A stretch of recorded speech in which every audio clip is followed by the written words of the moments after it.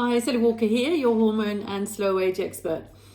Let's talk about cortisol. What is this hormone? What does it do? And why is it so important? So cortisol is what we call a steroid hormone.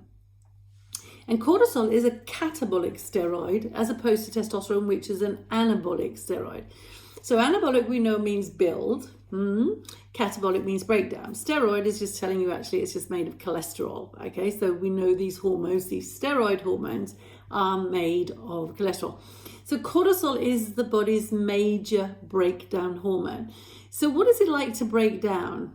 It loves breaking down protein, and one of its favorite proteins to break down is collagen. Skin, bones, muscle. So why does it do that? Well, I mean, you always have to break down to make room for new stuff. So there's a little bit there going on. But it actually really comes into force when you are stressed, when you've got extra pressure, when you've got extra tension you need to fix. So that means that your cells need more energy to make sure they can keep on fixing it, especially your brain. Yeah, so cortisol breaks down collagen to create glucose. And then the glucose will then be transported to your blood system or put into your bloodstream, so you're going to lift blood glucose levels. So basically that is cortisol's most important job, to lift or maintain blood glucose levels so all your cells can make extra energy to meet the new demands because of this extra stress or pressure or whatever. That's what it does. So knowing that, you now can see that if stress becomes long term, you're going to have a bigger breakdown of your tissue. You're not going to be able to build muscle tissue, you're not going to be able to build bone tissue, you're not going to be able to build skin tissue.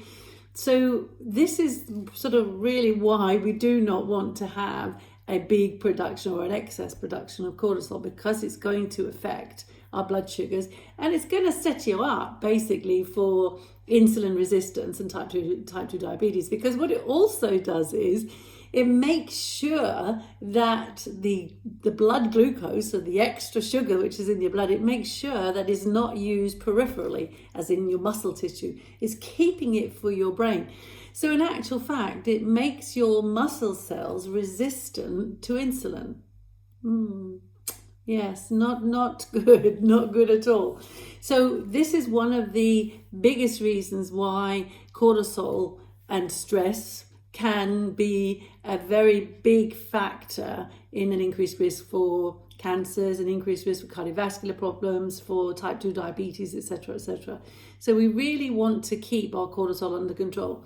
Now, another job that cortisol has is to do with inflammation. It's the body's major anti-inflammatory, but it also is an immune suppressant. So it's going to decrease the activity of your immune systems if it becomes overactive, or so it doesn't become overactive.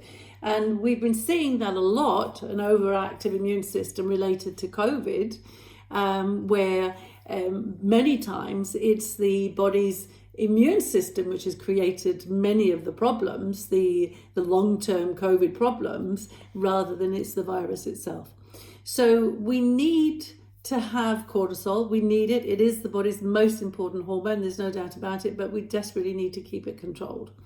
So it can do its good jobs, which is to decrease or control inflammation, and also to decrease the immune activity, and also sort out these autoimmune cells or antibodies that we have. So we need that to function properly, and that is also cortisol's job. So there's several articles in the blog.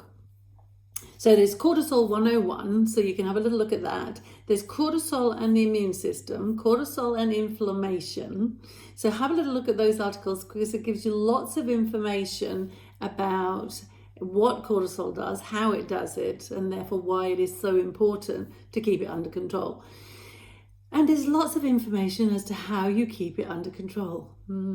Anyway, enjoy the articles, enjoy the videos, and enjoy the recording of the Happy Health Show. Happy hormones, happy life.